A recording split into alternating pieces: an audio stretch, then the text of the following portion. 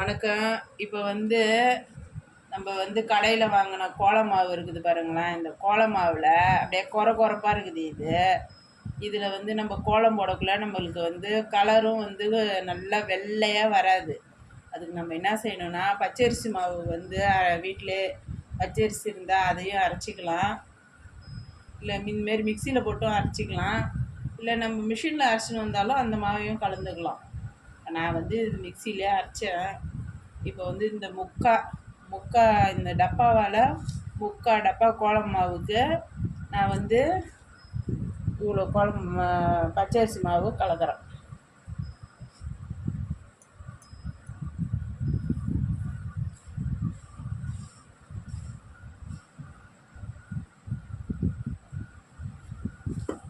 கால் டப்பா அப்படியே முக்காலுக்கு இது இப்போ நான் கலக்கவே இது அப்படியே ஒரு டப்பாவாக ஆயிடுச்சு.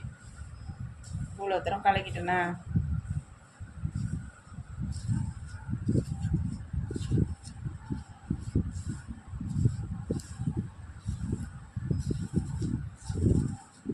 இப்போ பாருங்கள், இப்போ இதில் கோலம் போடுறேன். பாருங்கள் எவ்வளோ வெள்ளையாக அழகாக இருக்குது இன்னைக்கு.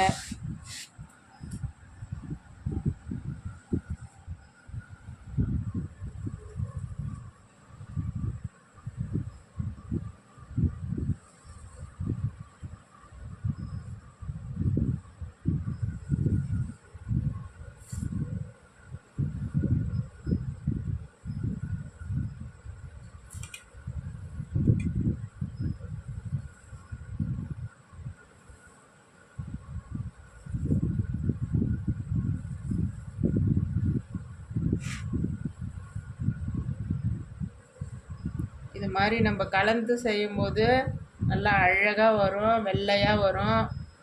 பார்க்குறதுக்கு நம்ம போடக்குள்ள நல்லா அழகாக இருக்கும். எவ்வளோ வெள்ளையாக அழகாக வந்துருக்குது பாருங்கள். இதுமாரி இதுக்கு நம்ம கலர் அடித்தாலும் இன்னும் அழகாக இருக்கும். இதை பாருங்கள், கலர் அடிச்சிட்டுன்னு பாருங்கள், சூப்பராக இருக்கும் இன்னும்.